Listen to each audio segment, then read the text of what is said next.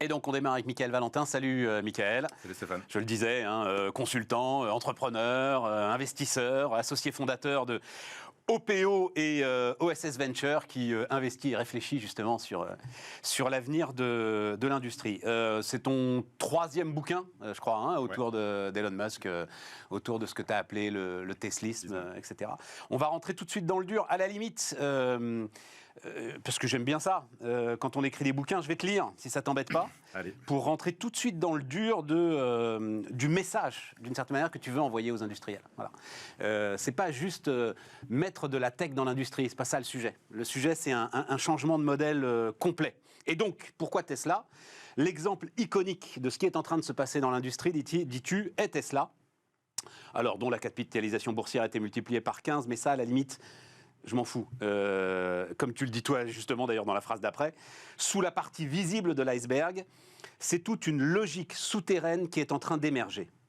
Si je ne réfléchis pas autrement aux usages qui sont faits de mon produit, si je n'en profite pas pour mieux comprendre mon client en utilisant massivement les données, c'est un peu le plan de ton bouquin qui est dans cette phrase, si je ne passe pas à un mode agile pour itérer plus vite à partir de ces données, si je ne change pas mon modèle opérationnel pour exécuter les nouveaux modèles d'affaires qui en découlent, si je n'adapte pas mes compétences, si je ne casse pas mes silos entre la production, la supply, le marketing et les ventes, si je ne fais pas tout cela, il y a de fortes chances pour que quelqu'un d'autre le fasse, écris-tu. Voilà.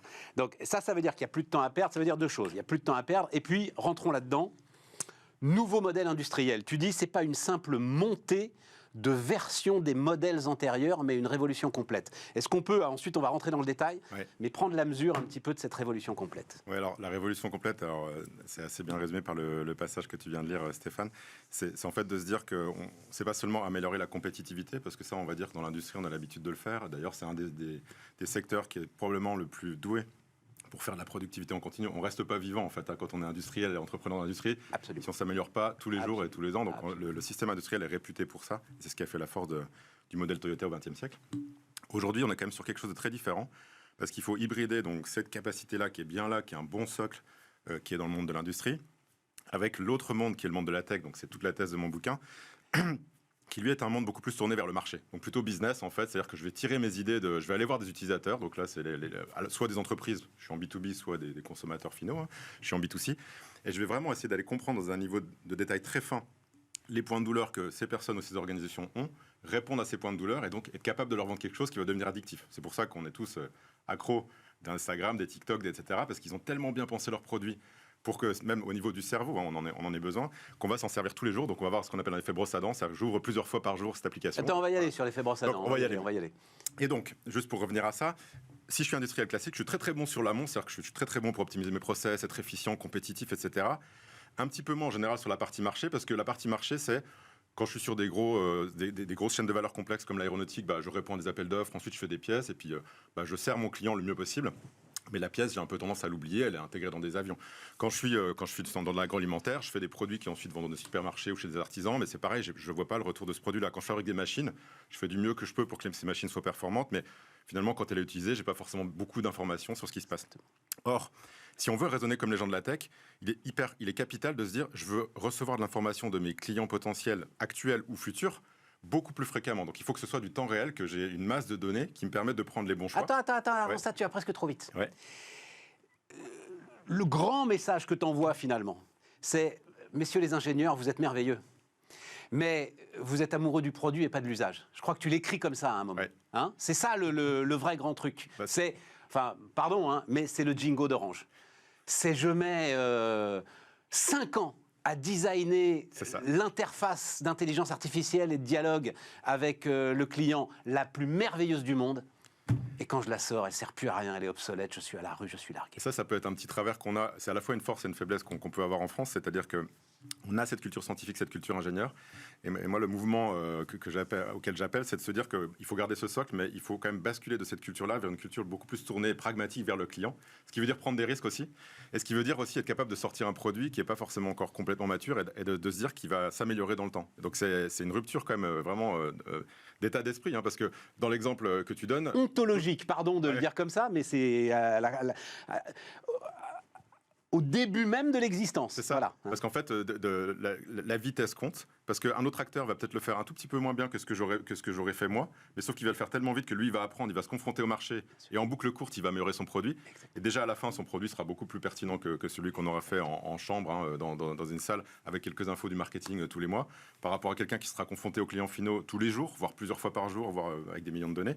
Ça, c'est la première chose. Et deuxièmement, en fait, l'autre système, ça permet en plus, la vertu, c'est que vous autofinancez beaucoup plus, parce que vous commencez à vendre des choses au fil de l'eau, vous donnez confiance aux investisseurs parce que l'investisseur voit que le marché achète, alors que quand vous êtes sur ce qu'on appelle le cycle en V, c'est-à-dire que vous mettez 5 ans à développer quelque chose, l'investisseur, il faut qu'il ait confiance, il faut qu'il dise OK, donc c'est basé sur le passé.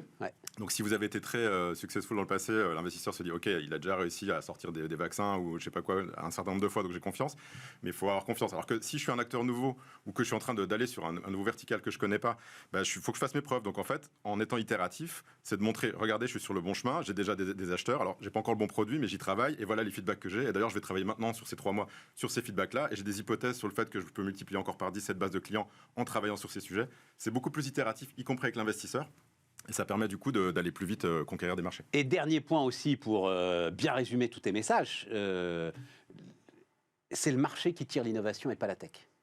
Alors ça, c'est hyper important aussi, et c'est aussi un travers qu'on peut avoir dans l'industrie, parce qu'on a des actifs très très forts liés à l'histoire. Et les grosses boîtes industrielles, c'est pas qu'en France, c'est partout, hein. On a l'occasion de travailler un peu partout chez OPO et chez OSS. Elles ont ces actifs-là. Les actifs, c'est quoi? C'est des technologies qu'on maîtrise, c'est des process qu'on maîtrise, c'est des marchés qu'on connaît très bien, donc des métiers qu'on connaît très bien, des compétences qu'on a. Et on a tendance, en fait, à partir de ces actifs, à se dire, OK, je prends un exemple, Poquelin Hydraulique, qui fait des systèmes hydrauliques, qui est très reconnu pour ça. Je suis un expert de l'hydraulique, et donc je vais travailler sur des nouveaux modèles d'affaires à partir de ça, parce que je suis reconnu. Donc, entre guillemets, la mauvaise façon de prendre le truc serait de se dire, je pars de l'hydraulique et je vais me dire, tiens, qu'est-ce que je pourrais faire avec ça? Je vais aller voir tous les marchés qui potentiellement seraient intéressés par l'hydraulique, et je vais presque aller vendre mon hydraulique en fait, en me disant, quel marché va prendre mon hydraulique? La bonne façon de le prendre, c'est plutôt de se dire, quels sont mes clients actuels, les clients de mes clients, parce que je monte ce système dans des engins qui eux-mêmes sont utilisés par des loueurs d'engins, etc. Je vais aller voir mon client, le client de mon client et le client du client du client. Et je vais essayer de comprendre leurs problèmes dans leur vie quotidienne, en fait. Qu'est-ce qui fait la performance des engins? Qu'est-ce qui fait la performance même de la personne qui conduit l'engin, qui peut être sur un chantier, dans de la logistique? Et à partir de là, je vais me dire, si je veux résoudre ces besoins, qu'est-ce qu'il faut que je fasse? Donc, une partie viendra peut-être de l'hydraulique, mais une partie viendra peut-être d'autres choses. Et donc, je vais essayer de travailler là-dessus. Donc, et peut-être qu'une partie me permettra d'améliorer mon système hydraulique, ou une partie des données qui sont nécessaires pour ce conducteur d'engin viennent de mon système. Et donc, c'est ces données-là qui sont précieuses. Il faut que je travaille sur ces données. Exactement. Et que j'embauche les bonnes personnes pour faire des systèmes. Voilà. Exactement. Mais alors, allons-y sur les quelques expressions que tu emploies, et puis après, dans la deuxième partie, on fera le contexte général de la réindustrialisation, qui est aussi une partie de ton bouquin et qui est intéressant. Là-dedans, qu'est-ce que tu appelles la pyramide du blabla? Alors la pyramide du blabla, on est en plein dans ce que, en partie, tu viens de décrire. Hein. Ça, c'est une notion que je dois à un de mes collègues, Renan, que je salue au passage. En fait, la pyramide du blabla... Tiens, on peut saluer au passage aussi Laurent Bataille, puisque tu as parlé de Poquelin Hydraulique. Voilà, Poquelin et Hydraulique. Voilà, formidable chef d'entreprise. La pyramide du blabla, c'est de se dire que si on veut vraiment comprendre ce qui va faire l'usage d'un produit, c'est pas en faisant des enquêtes qu'on va y arriver. C'est-à-dire que si on demande aux Français... par exemple, s'ils sont prêts à acheter des produits verts et à payer 10% de plus pour avoir un produit vert qui soit made in France, etc., je pense que les réponses vont être faramineuses, 80%, etc. Si on regarde le comportement derrière, mais pour des raisons factuelles, le mur de la réalité, les gens ne se comporteront peut-être pas comme ça. Si on prend des choses même plus simples, comme on demande à quelqu'un combien de fois il se brosse les dents par jour, la réponse standard, ça va être 2-3 fois. Enfin, bref, quelques exemples comme ça qui font que ce qu'on répond, même bien intentionné, est souvent en décalage avec ce qu'on fait réellement. Donc la seule façon de savoir si un produit va marcher ou pas, c'est pas en faisant des enquêtes, en interrogeant les gens. C'est encore moins simplement en allant sur le terrain pour regarder en se disant tiens, ce serait peut-être bien que je fasse ci ou ça. C'est carrément de faire, idéalement, une fois qu'on a compris leurs besoins, de faire un prototype, de le mettre entre leurs mains. Donc par exemple, si on fait un produit digital dans les usines, pour prendre un exemple, je veux simplifier la vie d'un opérateur qui travaille dans une aciérie, par exemple, qui suit la fabrication de l'acier. Et donc, je me dis que ce serait peut-être une bonne idée de lui mettre entre les mains un téléphone pour qu'il puisse suivre le stock qu'il va avoir dans le parc à ferraille, par exemple, pour savoir la composition du stock. Je dis n'importe quoi. Non, mais c'est bien, si je veux faire ça, il ne s'agit pas d'aller juste demander à la personne, tiens, est-ce que tu serais intéressé par avoir un smartphone pour suivre en général, la personne va dire, ah bah oui, pourquoi pas, ce serait intéressant. Est-ce que tu l'utiliserais? Oui, je l'utiliserais, c'est sûr.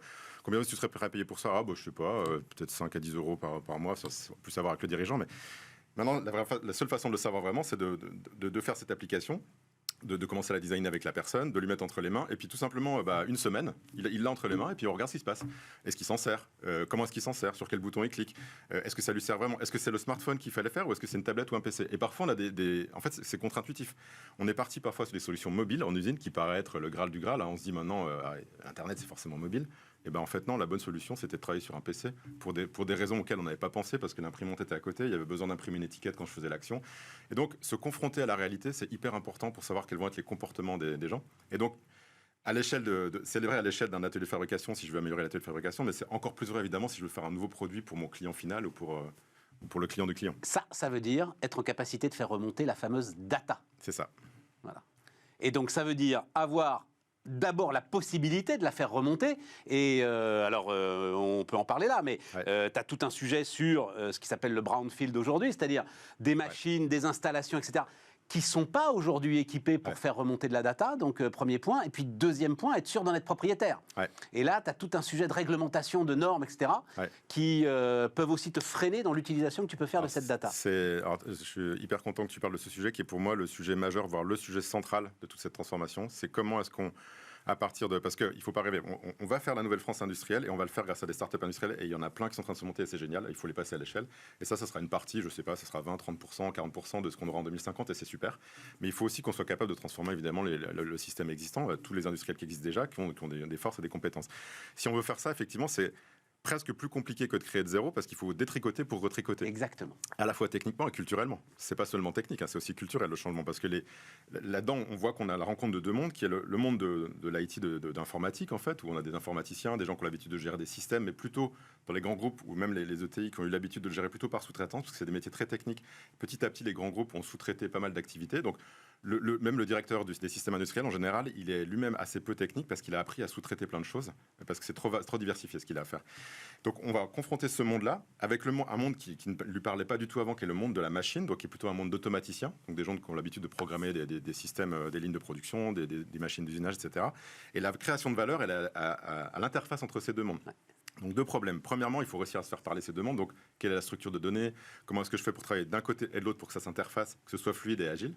Et le deuxième sujet, c'est qu'il faut être capable aussi de transformer les deux mondes. Le monde de l'IT, il faut le rendre beaucoup plus ce que nous on appelle data-centric, donc centré sur la donnée. C'est-à-dire que les données ne doivent pas être encapsulées dans des systèmes. Ce qui fait que souvent quand on suit des gens en fait sur le terrain, c'est hyper intéressant. La même personne, par exemple un chef d'équipe dans une usine, il va saisir 2, 3 ou 4 fois la même donnée dans 5 ou 6 systèmes différents, parce que ça n'a pas été pensé pour ça. Donc il a son système qui suit la paye, donc il va renseigner des trucs. Il a son système qui pointe les gens, il va renseigner son truc. Il a son système pour les compétences, il va renseigner son truc.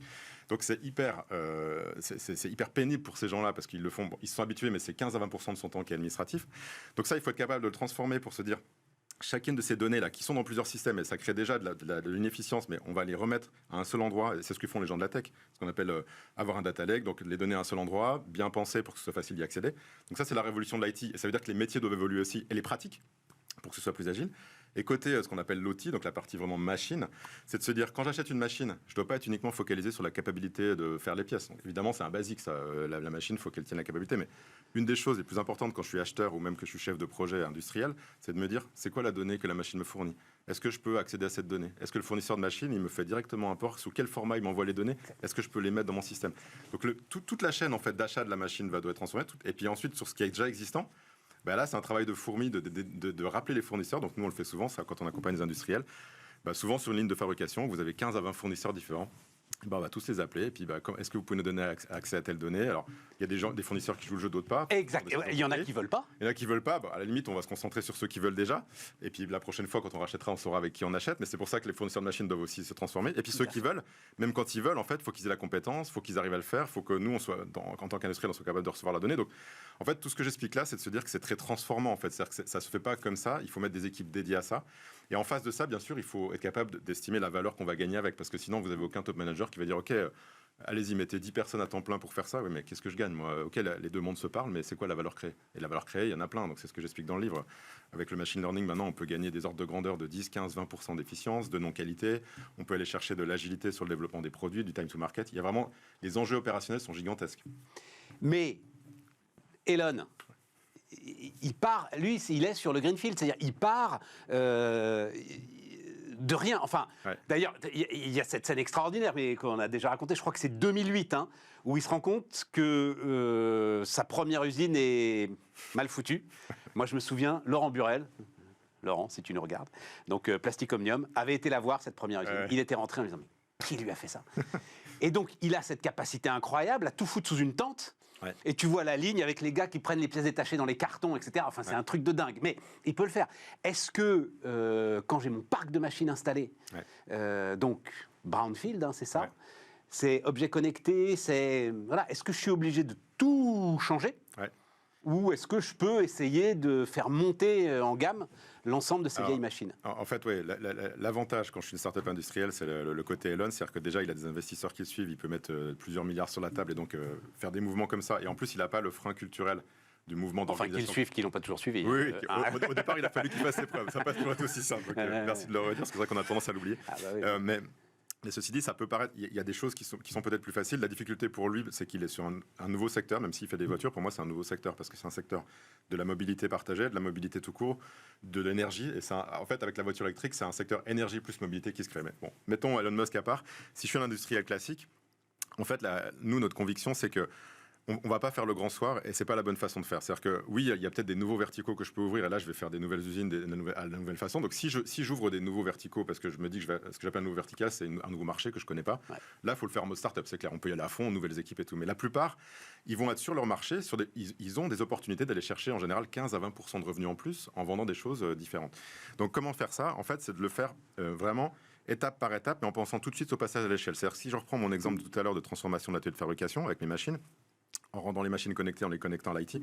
Dès que j'ai fait ça sur une partie d'une de mes usines, il ne faut pas que je me contente de me dire « Ok, j'ai 50 usines, je suis Michelin, j'ai transformé une de mes usines, bon bah maintenant je vais faire la deuxième usine, puis la troisième, puis la quatrième, et là vous y êtes encore dans 10 ans. » Donc quand je fais cette première usine, il faut tout de suite que je me dise « Ok, je fais bien cette transformation ici, mais je fais aussi des compromis pour dire que je fais peut-être pas les 100% de ce que je pourrais gagner là, j'en fais peut-être que 60-70%, mais par contre, je le fais pour que ça puisse passer à l'échelle dans toutes les autres usines très rapidement. Ouais, voilà. Donc j'ai pensé les choses j'ai coupé des choses qui pourraient être mieux, et c'est la vie aussi de développement de produits, ça. Mais du coup, je les ai pensées pour qu'elles passent à l'échelle facilement sur l'infrastructure IT, sur la structure des données, sur même les process opérationnels. Et par contre, quand j'appuie sur le bouton, j'ai gagné 60% ici, mais 60% fois 50 usines. Donc ça va beaucoup plus vite. Et donc le mode exponentiel, il est en faisant des POC qui marchent, et puis derrière, qui passent à l'échelle très vite. Et puis derrière, il y a un système de gouvernance aussi à mettre en place, parce que quand je suis Michelin et que j'ai 60 cas d'usage dans 50 usines, au bout d'un moment, il ne faut pas qu'il y ait quelqu'un qui se réveille dans les 50 usines en disant « Tiens, j'ai une super idée, je vais faire ci, tiens, je vais faire ça ». C'est bien qu'il y ait ça, en fait. C'est ce qu'on veut. Mais il faut aussi qu'il y ait une tour de contrôle qui permet de dire « Ah, tu veux digitaliser l'ordonnancement ». C'est une super idée. D'ailleurs, ça tombe bien. Regarde, va voir l'usine aux États-Unis. Ils l'ont déjà fait. Voilà le système, voilà la méthode. Tu peux implanter la méthode. Rôle clé du dirigeant. Alors, rôle clé du dirigeant, ça paraît être un peu tarte à la crème, évidemment, le dirigeant. Non, c'est pas tarte à la crème du tout.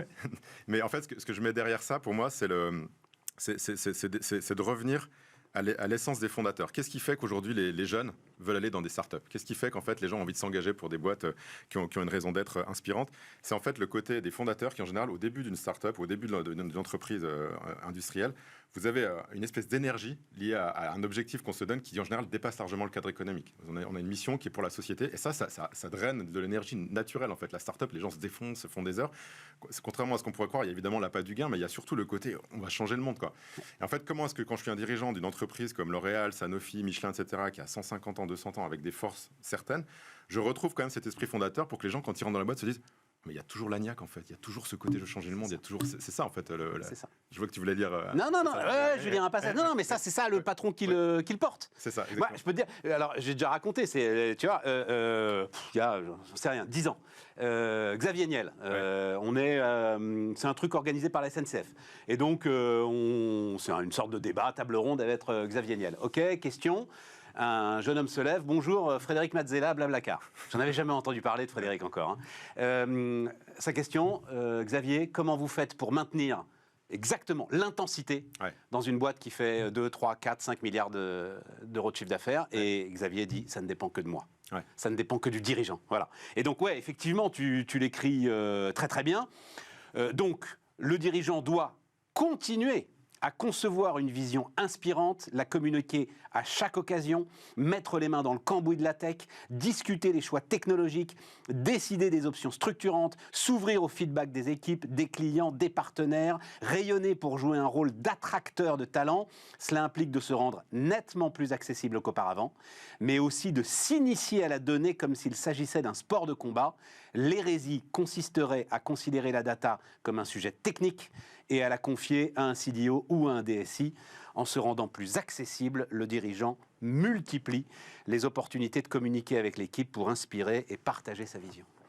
Et ça, c'est la méthode Elon aussi. C'est ça qui entraîne le truc. C'est ce que moi j'appelle descendre dans l'arène, en fait, donc au sens positif, hein, dans l'arène au sens la vie, quoi. C'est pas l'arène au sens pour se battre, mais c'est descendre dans l'arène parce qu'il y a une prise de risque quand même. Hein. Quand je suis un dirigeant, enfin bon voilà, on connaît tous les entreprises un peu traditionnelles où en fait, forcément, un dirigeant classique d'un très grand groupe, il est très happé par le haut, par son board, par ses actionnaires et par quand même une logique plutôt de fusion-acquisition, progression de marché, etc. C'est ça quand même le quotidien beaucoup des dirigeants et il n'y a aucune critique dans mes mots, c'est normal, c'est la vie d'une entreprise que le dirigeant s'occupe de ça, parce que là, s'il ne s'occupe pas de la stratégie, personne ne le fait.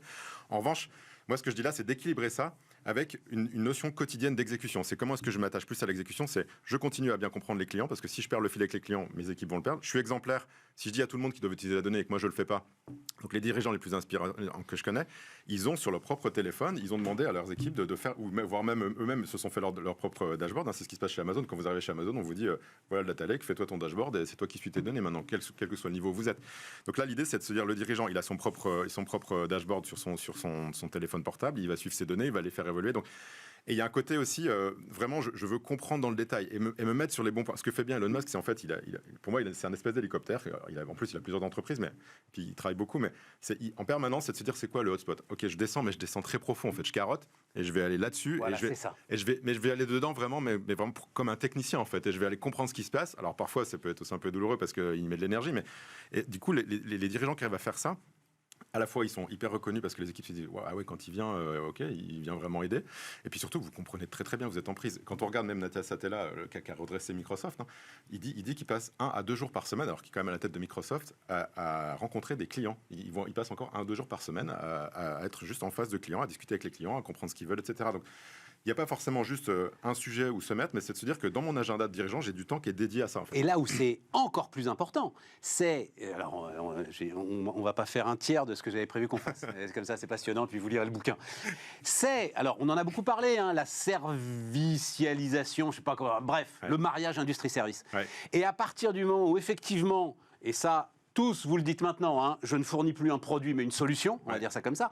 Alors le retour client, mais il devient fondamental en permanence. Bah, l'usage et le service sont modifiés en permanence. En fait, ça devient de la nourriture de base en fait, de l'entreprise. Exactement. On peut plus s'en passer et pour le meilleur, parce qu'une fois qu'on... Au même titre que les consommations intermédiaires qui vont vous permettre de fabriquer vos produits. C'est exactement. Ça devient comme les approvisionnements d'une usine. En fait, voilà. La nourriture de base, il y a les appros d'un côté et puis il y a ce que les clients nous disent, quelle que soit la chaîne de valeur dans laquelle on est de l'autre côté. Ouais. Il n'y a pas un petit côté juste quand même, parce que là, on arrive au bout et je voulais quand même, il y a un truc, un petit côté légende autour d'Elon Musk. Et tu racontes que c'est lui, donc quand il commence à concevoir Tesla, c'est lui qui va choisir de les faire en acier et pas en aluminium. Ah, ça, c'est sur... Parce qu'il a déjà le réutilisable en tête. C'est sur SpaceX. C'est sur SpaceX, pardon, c'est sur SpaceX. Ouais. En acier. Alors, on pousse pas le bouchon un peu loin, là, le gars il est quand même pas spécialiste de résistance des métaux, tu vois. Enfin, c'est les équipes de SpaceX qui m'ont rapporté ça. En revanche, il y a un petit coup de légende, non, quand même, qui commence à se créer. Mais en même temps, c'est une légende qui colle avec ce que tu décris. Il s'occupe de tout. Ce qu'il y a de sûr, c'est que c'est sûrement pas lui qui était l'expert matériaux qui a permis de prendre la décision. En revanche, c'est lui qui a pris la décision. Et pour l'anecdote, hein, puisque j'avais aussi parlé quand je suis allé là-bas avec des clients de SpaceX, ce qui est intéressant, c'est ce qu'ils disent, c'est la vitesse de décision. Sur cet aspect, la vitesse de décision, c'est de se dire, on prend un risque et puis après, on peut revenir en arrière puisqu'on va vite. Mais c'est que quand ce client-là, il me disait, quand je suis en face de Ariane ou d'autres acteurs, en fait, en général, j'ai 15 personnes, 15 chefs de projet. Quand on sort de la réunion, c'est pas hyper clair. Et puis derrière, ils ont encore 2 ou 3 process de validation pour décider du sujet dont on a parlé. Quand je suis en face de SpaceX, il y a en général un chef de projet, donc on a une personne en face de nous seulement, et il est responsabilisé. C'est-à-dire qu'à la fin de la réunion, la décision est prise. Et ça, c'est symptomatique. Mais donc cette décision sur l'acier et l'alu, je ne sais pas si c'est Elon Musk lui-même qui l'a pris dans la réunion, ça c'est peut-être la fable. Mais ce qui est sûr, et ça j'en suis certain, c'est qu'elle s'est prise assez rapidement en ayant des éléments qui étaient 80% de ce qui permettait de décider en fonction des éléments scientifiques et tangibles. Puis ils sont partis là-dessus. Et finalement, c'était un bon choix parce que c'est ce qui a permis de. Puis si ça n'avait pas été un bon choix, ils auraient pivoté. Oui, mais ils partent là-dessus parce qu'ils ont déjà l'objectif. Voilà. C'est d'avoir quand même cette vision. C'est le truc réutilisable. On revient au sujet du fondateur. C'est le fondateur qui a cette vision de dire je veux réutiliser, donc je vais m'en donner les moyens et je tire le sujet. Un mot sur le climat industriel quand même, Mickaël. Donc voilà, il y a énormément de choses. C'est ultra pratique. Je le dis très très vite. C'est des fiches, etc. Et puis il y a une première partie sur le climat industriel. Bruno Le Maire a eu des phrases quand même assez fortes. Là, il a lancé son plan industrie verte. Bon, il fait ce qu'il peut, le gars. C'est pas notre sujet. Mais il a eu des phrases assez fortes sur une sorte de Yalta industriel, dit-il. C'est maintenant que ça se joue. Et il y a des deux côtés, tant en Chine, alors peut-être moins, mais en tout cas aux États-Unis, un aspirateur d'une puissance invraisemblable auquel il faut répondre. Est-ce que dans ce que tu vois avec tes clients... Je pense que s'il y a un système qui est exposé à ça, s'il y a un secteur, c'est bien le secteur industriel, qui est par définition mondialisé, puisqu'on l'a bien vu pendant le Covid, malheureusement, les chaînes industrielles sont tellement... étendu dans le monde que le système industriel est de base globale. Donc on voit, quand on bosse tous les jours dans les usines, et moi je suis tous les jours encore dans les usines, on voit, même si on est localement dans une usine qui peut être ici en Suisse, en Espagne ou au Royaume-Uni, cette tension qu'il peut y avoir avec les États-Unis et la Chine, elle est très palpable. Et je pense, moi ma conviction, c'est pour ça que je me lève tous les matins, c'est que l'Europe a une carte à jouer évidente, qui est une carte sur le côté... Nous, on va faire l'industrie verte, on va le faire vraiment parce que je pense que les citoyens européens sont les plus prêts à ça, en fait. En réalité, ont plus vraiment ça dans leur envie, en tout cas. Comme je disais tout à l'heure, c'est pas forcément facile à concrétiser, mais je pense qu'il y a une vraie attente du citoyen européen de ça, donc on a une vraie chance de le faire ici. On le fera mieux aussi parce que dans notre culture, je pense qu'on a ces filets sociaux qu'ont pas forcément les Américains et les Chinois, et je pense que, en tout cas c'est peut-être parce que je suis européen, mais je pense qu'on le fera mieux aussi au niveau social, et donc on peut créer des boîtes industrielles très inspirantes sur leur façon de fonctionner, sur les modes de leadership, et donc je pense que l'Europe a une carte à jouer là-dessus. Ceci dit, il y a des vrais challenges à remonter, et c'est pour ça que j'écris aussi le livre, c'est qu'une partie peut venir de la puissance publique, et elle doit venir de la puissance publique. Dans le plan industrie verte, évidemment qu'il faut pouvoir faire des sites industriels plus vite qu'en 18 mois. Quand en Chine, on fait des immeubles en 3 semaines, je ne dis pas que le modèle chinois est bien, mais bien sûr. Mais on peut aller plus vite. Et là, j'en parlais encore hier, j'étais à Lens, c'était hyper intéressant, la métropole de Lens qui m'avait invité pour une conférence, et je parlais avec des élus locaux, et les élus locaux sont prêts. Ils me disent, nous, on est prêts à mettre à disposition des industriels les terrains, clairement. Je leur dis, allez-y, faites ça. Donc, il y a plein de choses comme ça qu'on peut faire. Et le record, il le citait, Bruno Le Maire, le record, c'est 2 ans quand même. Ouais, donc...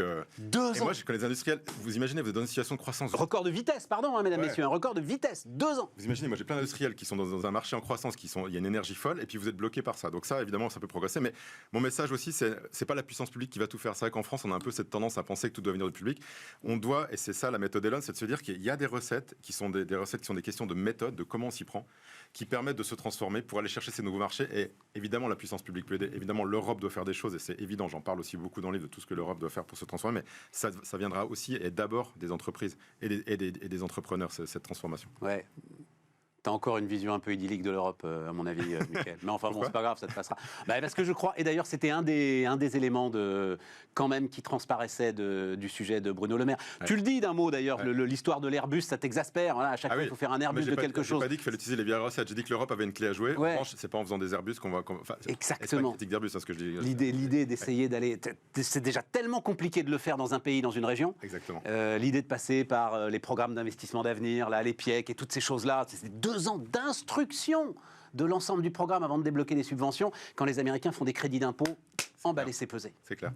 Et là, après, c'est autre chose, c'est de la politique, ça, mais c'est comment est-ce qu'on arrive aussi à aligner nos intérêts qui sont objectivement divergents seulement entre l'Allemagne, la France, etc. Mais pour des raisons de marché, l'Allemagne est quand même la championne de l'industrie du XXe siècle, donc qui, en gros, vendait ses produits en Chine en achetant son énergie en Russie, pour faire simple. Et donc là, évidemment, tout est chahuté.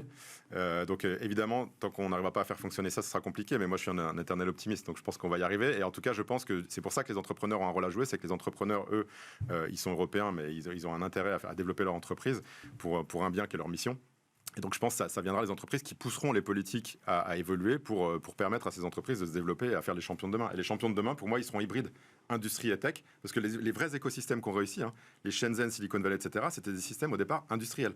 Et la tech a grossi. Absolument. Et hier encore, j'étais dans le bassin minier de Lens, l'ancien bassin minier, c'est ce que je leur disais. Je leur disais, vous avez un vrai joyau, qui est de se dire que vous avez cette culture, et je dis pas qu'il faut refaire le bassin minier évidemment, mais en s'appuyant sur cette culture que vous avez, la force, la solidarité, toutes les valeurs qu'il peut y avoir qui sont liées à cette culture minière, à se dire comment j'en profite pour faire ce qu'a fait la Silicon Valley, c'est-à-dire de dire c'est quoi l'étape d'après, l'économie nouvelle, c'est peut-être les matériaux, c'est peut-être le recyclage des matériaux, c'est ce qu'ils font avec la mobilité, hein, ils sont en train de faire des gigafactories, etc. là-bas, hyper intéressant, et c'est de se dire que en fait on peut se renouveler, on peut refaire des territoires, et territoire par territoire, recréer comme ça de l'énergie. En fait.